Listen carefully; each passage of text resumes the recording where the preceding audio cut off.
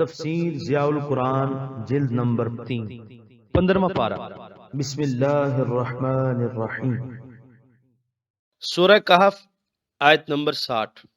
وَإِذْ قَالَ مُوسَىٰ لِفَتَاهُ لَا أَبْرَحُ حَتَّىٰ أَبْلُغَ مَجْمَعَ الْبَحْرَيْنِ أَوْ أَمْضِيَ حُقُوبًا۔ ترجمہ: اور یاد کرو جب کہا موسیٰ نے اپنے نوجوان ساتھی کو کہ میں چلتا رہوں گا یہاں تک کہ پہنچوں جہاں دو دریا ملتے ہیں، یہاں چلتے چلتے گزار دوں گا مدت دراز۔ سورہ کہف آیت نمبر 60 کی تفسیر۔ ان دو رکوعوں میں حضرت موسیٰ علیہ السلام اور اللہ تعالیٰ کے ایک مقبول بندے کا ذکر ہے۔ آیات کی تشریح سے پہلے مناسب معلوم ہوتا ہے کہ چند امور کی وضاحت کر دی جائے تاکہ آیات کے مطالب بیان کرنے اور سمجھنے میں آسانی ہو۔ اس واقعے میں مندرجہ ذیل امور غور طلب ہیں۔ نمبر 1، یہ موسیٰ کون ہے؟ نمبر 2، اس واقعے کا محرک کیا ہے؟ نمبر 3، آپ کے نوجوان خادم کا نام کیا ہے؟ نمبر 4، وہ بندہ خاص کون ہے؟ اس کا نام کیا ہے؟ کیا وہ ولی تھا یا نبی؟ وہ اب زندہ ہے یا نہیں؟ 5، وہ جگہ جہاں یہ دونوں حضرات ملے تھے وہ کہاں ہے؟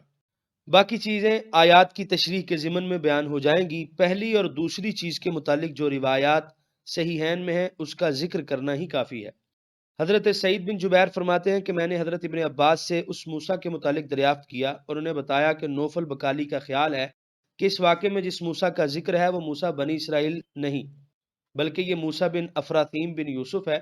حضرت ابن عباس نے یہ سن کر فرمایا اللہ کے دشمن نے جھوٹ بکا ہے۔ ہمیں ابی بن کعب نے بتایا کہ انہوں نے رسول اللہ صلی اللہ علیہ وسلم کو یہ فرماتے ہوئے سنا کہ ایک دن موسیٰ علیہ السلام بنی اسرائیل کو خطبہ دینے کے لیے کھڑے ہوئے تو آپ سے پوچھا گیا سب سے بڑا عالم کون ہے؟ آپ نے جواب میں کہا میں سب سے بڑا عالم ہوں۔ اللہ تعالیٰ کو یہ بات پسند نہ آئی کہ انہوں نے علم کو اپنی طرف کیوں منسوب کیا ہے، اس کی ذات کی طرف کیوں نہیں تفویض کیا۔ چنانچہ اللہ تعالیٰ نے آپ پر وحی بھیجی کہ مجمع البحرین میں میرا ایک بندہ ہے جو تجھ سے زیادہ عالم ہے۔ موسیٰ علیہ السلام نے عرض کی یا الہی میں اس کی خدمت میں کیوں کر پہنچ سکتا ہوں؟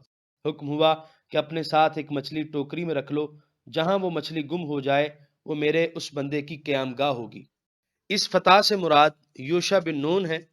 وہ نوجوان تھے، سفر و حضر میں حضرت کلیم کی خدمت میں رہا کرتے تھے۔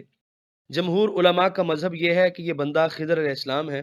ان کا نام بلیا بن ملکان ہے کیونکہ جہاں یہ تشریف فرما ہوتے وہ جگہ سرسبز ہو جاتی تھی، اس لیے خضر آپ کا لقب ہو گیا اور وہ اسی لقب سے مشہور ہے۔ بعض علماء کی یہ رائے ہے کہ وہ ولی تھے، لیکن علامہ پانی پتی اور دیگر علماء محققین کی رائے یہ ہے کہ وہ نبی تھے، کیونکہ ولی کے الہام سے علم ظنی حاصل ہوتا ہے اور اس میں خطا کا احتمال ہوتا ہے۔ الہام کی وجہ سے قتل جیسے سنگین فعل کا ارتکاب جائز نہیں ہو سکتا، اس لیے آپ کو نبی ماننا پڑے گا اور نبی کا علم یقینی ہوتا ہے۔ رہی یہ بات کہ خضر اب زندہ ہیں یا وفات پا چکے ہیں، اس میں علماء کے دو گروہ ہیں اور دونوں گروہوں نے اپنے اپنے موقف کو سچا ثابت کرنے کے لیے دلائل کے انبار لگا دیے ہیں۔ علامہ آلوسی نے اپنی تفسیر میں ان دلائل کو بڑی شرح و بسط کے ساتھ بیان کیا ہے، لیکن متعدد صفحات پر پھیلی ہوئی اس بحث کا مطالعہ کرنے کے باوجود تسکین نہیں ہوتی اور انسان کسی ایسے نتیجے پر نہیں پہنچتا جس سے دل مطمئن ہو۔ اللہ تعالیٰ عارف باللہ قاضی ثناء اللہ پانی پتی رحمۃ اللہ علیہ کے مزار کو اپنے انوار کا محبت بنائے۔ انہوں نے اس سلسلے میں ایک ایسی بات رقم کی ہے جس سے دلائل کا تضاد بھی رفع ہو جاتا ہے اور انسان کے دل میں ایک اطمینان بھی پیدا ہو جاتا ہے۔ میرے خیال میں یہاں فریقین کے دلائل کا نقل کرنا تطویل کا باعث ہوگا، صرف تفسیر مظہری کی وہ عبارت لکھ دینا کافی ہے۔ مجھے امید ہے کہ ان کی تحقیق سے جس طرح میری تشویش دور ہوئی، اس کے مطالعے سے آپ کی پریشانی بھی ختم ہو جائے گی۔ فریقین کے دلائل نقل کرنے کے بعد لکھتے ہیں کہ اس اشکال کا حل حضرت مجدد الفسانی کے کلام کے بغیر ناممکن ہے۔ حضرت مجدد سے حضرت خضر کے متعلق پوچھا گیا کہ وہ زندہ ہیں یا وفات پا گئے ہیں، تو وہ بارگاہ الہی میں حقیقت حال کے انکشاف کے لیے متوجہ ہوئے۔ تو حضرت مجدد الفسانی نے دیکھا کہ حضرت خضر علیہ السلام ان کے پاس کھڑے ہیں۔ آپ نے ان سے ان کی حقیقت حال دریافت کی تو آپ نے فرمایا کہ میں اور الیاس زندوں میں سے نہیں، لیکن اللہ تعالیٰ نے ہماری روحوں کو ایسی قوت بخشی ہے جس سے ہم مجسم ہو جاتے ہیں اور زندوں کیسے کام کرتے ہیں۔ مثلا جب اللہ تعالیٰ چاہے تو ہم گمراہ کی رہنمائی کرتے ہیں اور مصیبت زدہ کی مدد کرتے ہیں، علم لدنی کی تعلیم دیتے ہیں اور جس کے متعلق اللہ تعالیٰ کا ارادہ ہو اسے روحانی نسبت مرحمت کرتے ہیں۔ ہمیں اولیاء اللہ میں سے جو قطب مدار ہوتا ہے اس کا معاون و مددگار بنایا گیا ہے۔ اللہ تعالیٰ نے اسے مدار عالم بنایا ہے اور اس کی برکت و فیض سے دنیا کی بقا ہے۔ آج کل یمن کے ایک بزرگ قطب مدار ہیں جو شافعی المذہب ہیں۔ ہم ان کے ساتھ شافعی مذہب کے مطابق نماز ادا کرتے ہیں، اس کشف صحیح سے مختلف اقوال کا تضاد ختم ہو گیا اور اشکال دور ہو گیا۔ سب تعریفیں اللہ تعالیٰ کے لیے جو کبیر و متعال ہے۔ وہ مقام جہاں ان دونوں بزرگوں کی ملاقات ہوئی تھی وہ کہاں ہے؟ قرآن کریم نے اسے مجمع البحرین، دو دریاؤں کے ملنے کی جگہ یعنی سنگم سے تعبیر کیا ہے۔ اس کے بارے میں بھی علماء مختلف الرائے ہیں۔ چند اقوال کشاف سے منقول ہیں۔ مجمع البحرین سے مراد فارس اور روم کے دریاؤں کا سنگم، نمبر 2 تنجا، نمبر 3 افریقہ، اور اندلسی مفسرین نے تو اندلسی دریا مراد لیے۔ بعض فضلاء نے وہ جگہ مراد لی ہے جہاں دریائے نیل کی دو شاخیں بحر ابیض اور بحر ازرق آ کر ملتی ہیں، لیکن یہ قول اس وقت قابل قبول ہو سکتا ہے جب اس واقعے کا وقوع مصر سے ہجرت کرنے سے پہلے کا ہو، لیکن دیگر روایات اس کی تائید نہیں کرتی، اور اس امر کا بھی کوئی ثبوت نہیں ملتا کہ سینا اور رتیہ میں اقامت فرمانے کے بعد حضرت موسیٰ علیہ السلام پھر مصر تشریف لے گئے ہو۔ بہرحال مجمع البحرین کوئی سے دو دریاؤں کے سنگم کا نام ہو۔ قرآن کریم نے جس مقصد کے لیے اس واقعے کو بیان کیا ہے اس کا سمجھنا اس پر موقوف نہیں۔ ان امور کو ذہن نشین کر لینے کے بعد اب آیات طیبہ کی طرف توجہ فرمائیے۔ فتح سے مراد یوشع بن نون ہے۔ فتح نوجوان کو کہتے ہیں۔ خادم کو ادب اور احترام کے لیے خادم کے بجائے فتح یعنی نوجوان کے لفظ سے یاد فرمایا گیا۔ اس سے ہمیں یہ سکھایا گیا کہ فرق مراتب کے باوجود ہمیں کوئی ایسا لفظ استعمال نہ کرنا چاہیے جس سے کسی اپنے سے کم درجے کی تذلیل اور دل آزاری کا پہلو نکلتا ہو۔ حقبہ زمانہ طویل کو کہتے ہیں۔ بعض نے 80 سال اور بعض نے 70 سال کی تعیین کی ہے جو قطعاً بے ضرورت ہے۔ سورہ کہف آیت نمبر 61۔ فلما بلغا مجمع بینہما نسیا حوتہما فاتخذ سبیلہ فی البحر سربا۔ ترجمہ: پھر جب وہ دونوں پہنچے جہاں آپس میں دو دریا ملتے ہیں، دونوں بھول گئے اپنی مچھلی کو، تو بنا لیا اس نے اپنا راستہ دریا میں سرنگ کی طرح۔ سورہ کہف آیت نمبر 61 کی تفسیر۔ جب دو دریاؤں کے سنگم پر پہنچے تو سفر کی تھکان دور کرنے کے لیے ایک چٹان کے سائے میں استراحت فرما ہوئے۔ توشہ دان میں بھنی ہوئی مچھلی بھی تھی۔ اسے جب اس خطے کی ہوا لگی جس میں اس مرد خدا کی سانس کی مہک بسی ہوئی تھی تو وہ زندہ ہو گئی اور اس نے دریا میں چھلانگ لگا دی۔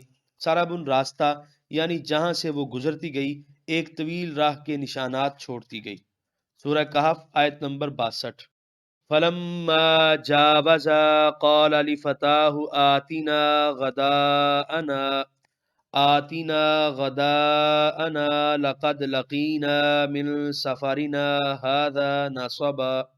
ترجمہ: پس جب وہاں سے آگے بڑھ گئے آپ نے اپنے جوان ساتھی سے کہا لے آؤ ہمارا صبح کا کھانا، بے شک ہمیں برداشت کرنی پڑی ہے اپنے سفر میں بڑی مشقت۔ سورہ کہف آیت نمبر 62 کی تفسیر۔ آرام کرنے کے بعد پھر سفر شروع ہو گیا۔ کچھ دور پہنچے تو تھکاوٹ اور بھوک نے پاؤں پکڑ لیے اور آپ نے اپنے خادم کو حکم دیا کہ کھانا لائے۔ نصبن یعنی تھکاوٹ۔ سورہ کہف آیت نمبر 63۔ قال ارأيت اذ اوینا الى الصخرة فإني نسيت الحوت وما انسانيه الا الشيطان ان اذكره واتخذ سبيله في البحر عجبا۔ ترجمہ: اس ساتھی نے کہا اے کریم آپ نے ملاحظہ فرمایا جب ہم سستانے کے لیے اس چٹان کے پاس ٹھہرے تھے تو میں بھول گیا مچھلی کو، اور نہیں فراموش کرائی مجھے وہ مچھلی مگر شیطان نے کہ میں اس کا ذکر کروں، اور اس نے بنا لیا تھا اپنا راستہ دریا میں۔ بڑے تعجب کی بات ہے۔ سورہ کہف آیت نمبر 63 کی تفسیر۔ اب یوشع کو یاد آیا کہ جب اس چٹان کے نیچے سستانے کے لیے آئے تھے تو مچھلی توشہ دان سے نکل کر دریا میں کود گئی تھی، لیکن اس وقت عرض کرنا بھول گئے۔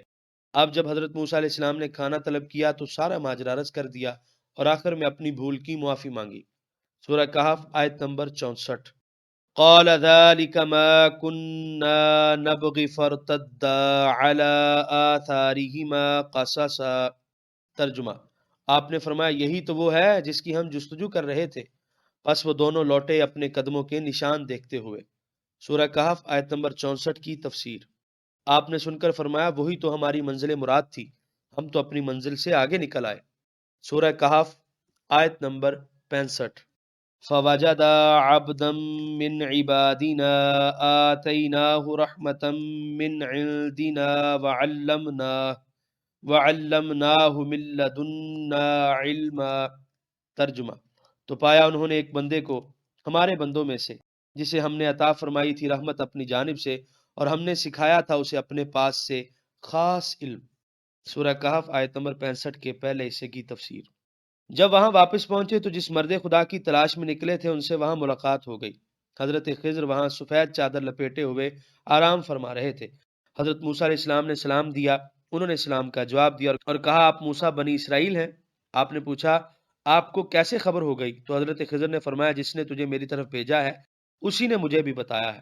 عبادنا میں اضافت شرف و عزت افزائی کے لیے ہے، یعنی وہ ہمارے ان بندوں سے تھا جن کو ہمارے حضور میں قرب کا مقام حاصل ہے۔ سورہ کہف آیت نمبر 65 کے دوسرے حصے کی تفسیر۔ جسے ہم نے عطا فرمائی تھی رحمت اپنی جانب سے، اس بندے کی مزید توصیف بیان فرمائی جا رہی ہے۔ سورہ کہف آیت نمبر 65 کے بقیہ حصے کی تفسیر۔ اور ہم نے سکھایا تھا اسے اپنے پاس سے خاص علم، نیز اس رحمت خصوصی کے علاوہ اسے ایسا علم عطا فرمایا تھا جو عام انسانی ادراک سے بالکل جدا ہے۔ نہ وہاں مقدمات کو مرتب کیا جاتا ہے، نہ ان میں غور و فکر کرنے کی زحمت اٹھانی پڑتی ہے، خود بخود عقدے کھلتے جاتے ہیں، پردے اٹھتے جاتے ہیں اور حقائق و مطالب کا انکشاف ہوتا جاتا ہے اور ذات باری اور صفات باری کی حقیقت پر آگاہی ہوتی جاتی ہے۔ سورہ کہف آیت نمبر 66۔ قال له موسى هل اتبعك على ان تعلمني مما علمت رشدا۔ ترجمہ، کہا اس بندے کو موسیٰ نے کیا میں آپ کے ساتھ رہ سکتا ہوں بشرط یہ کہ آپ سکھائیں مجھے رشد و ہدایت کا خصوصی علم جو آپ کو سکھایا گیا ہے۔ سورہ کہف آیت نمبر 66 کی تفسیر۔ حضرت موسیٰ علیہ السلام اپنی جلالت شان کے باوجود کتنے ادب و احترام سے اپنی خواہش کا اظہار فرما رہے ہیں۔ ہر طالب کو حضرت کلیم کے اسوہ حسنہ سے سبق حاصل کرنا چاہیے۔ جب تک دل میں ادب و احترام کا جذبہ پیدا نہیں ہوتا، افادہ و استفادہ کا سلسلہ بند رہتا ہے۔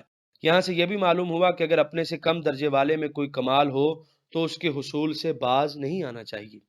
سورہ کہف آیت نمبر 67۔ قال انک لن تستطیع معی صبرا۔ ترجمہ، اس بندے نے کہا اے موسیٰ آپ میرے ساتھ صبر کرنے کی طاقت نہیں رکھتے۔ سورہ کہف آیت نمبر 67 کی تفسیر۔ حضرت خضر کو معلوم تھا کہ علوم تکوینیہ کے جو راز مجھ پر منکشف کیے گئے ہیں ایک صاحب شریعت رسول اس پر سکوت اختیار نہیں کر سکتا، اس لیے پہلے ہی اس امر کی طرف اشارہ کر دیا کہ ایسے امور واقع ہوں گے تو آپ ضرور اعتراض کریں گے، اور جہاں اعتراض کی نوبت آ جائے وہاں افادہ و استفادہ کا دروازہ بند ہو جاتا ہے۔ اسی لیے صوفیہ کرام نے فرمایا ہے کہ مرید پر لازم ہے کہ اپنے شیخ پر اعتراض نہ کرے۔ سورہ کہف آیت نمبر 68۔ وَكَيْفَ تَصْبِرُ عَلَى مَا لَمْ تُحِطْ بِهِ خُبْرًا۔ ترجمہ، اور آپ صبر کر بھی کیسے سکتے ہیں اس بات پر جس کی آپ کو پوری طرح خبر نہیں۔ سورہ کہف آیت نمبر 69۔ قال ستجدنی ان شاء اللہ صابرا ولا اعصی لک امرا۔ ترجمہ، آپ نے کہا آپ مجھے پائیں گے اگر اللہ تعالیٰ نے چاہا صبر کرنے والا، اور میں نافرمانی نہیں کروں گا آپ کے کسی حکم کی۔ سورہ کہف آیت نمبر 70۔ قال فإن اتبعتنی فلا تسألنی عن شیء حتى احدث لک منہ ذکرا۔ ترجمہ، اس بندے نے کہا اگر آپ میرے ساتھ رہنا چاہتے ہیں تو مجھ سے کسی چیز کے بارے میں پوچھئے نہیں یہاں تک کہ میں آپ سے اس کا خود ذکر کروں۔ سورہ کہف آیت نمبر 70 کی تفسیر۔ جب موسیٰ علیہ السلام نے یقین دلایا کہ وہ ان کی کسی طرح نافرمانی نہیں کریں گے تو آپ نے فرمایا جو واقعات روپذیر ہوں انہیں خاموشی سے دیکھتے چلیے جائیے، لیکن ان کے متعلق استفسار نہ کیجیے یہاں تک کہ میں خود ہی پردہ اٹھاؤں اور حقیقت حال سے آپ کو آگاہ کروں۔ باہمی طور پر یہ طے کرنے کے بعد اب سفر پر روانہ ہوتے ہیں۔ یہاں پر 15ویں پارے کا 21واں رکوع مکمل ہوا۔